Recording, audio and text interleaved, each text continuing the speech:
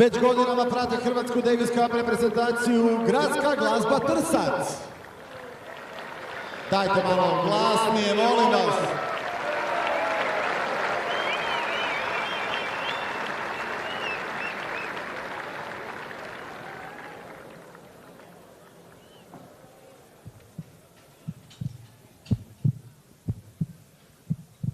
Borna,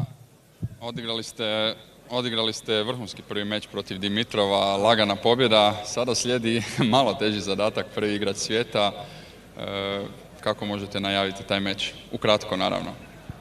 Pa eto, sigurno će biti sjajan meč kao i uvijek. Kad god se igram pred nama, stvarno je bio sjajan meč. Još igram doma pred najboljom publikom, tako da stvarno jako veselim. Hvala i sretno. U veliki dvoboj ulazi naš dobro raspoloženi u odličnoj formi Borna Ćorić.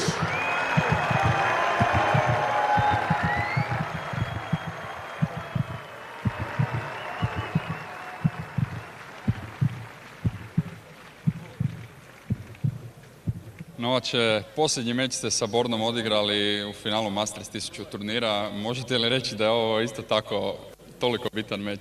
Naravno šala, ali... Pa uvijek je uzbudljivo igrati protiv Borne, pogotovo ovdje u Hrvatskoj. Hvala svima što ste došli velikim brojkama večeras. Nadam se da ćete uživati i da ćemo biti blizu svog vrhunca. Hvala i sretno. Jedini kojeg od velike trojke nije imao priliku nadmudriti.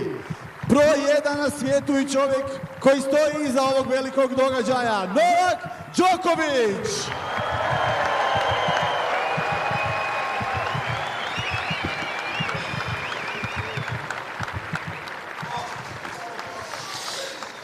Da, kao što je rekao moderator, ovog stadiona ne bi bilo u ovom trenutku da nije bilo Novaka Đokovića i njegovog razmišljanja i inicijative da se organizuje Adria Tour.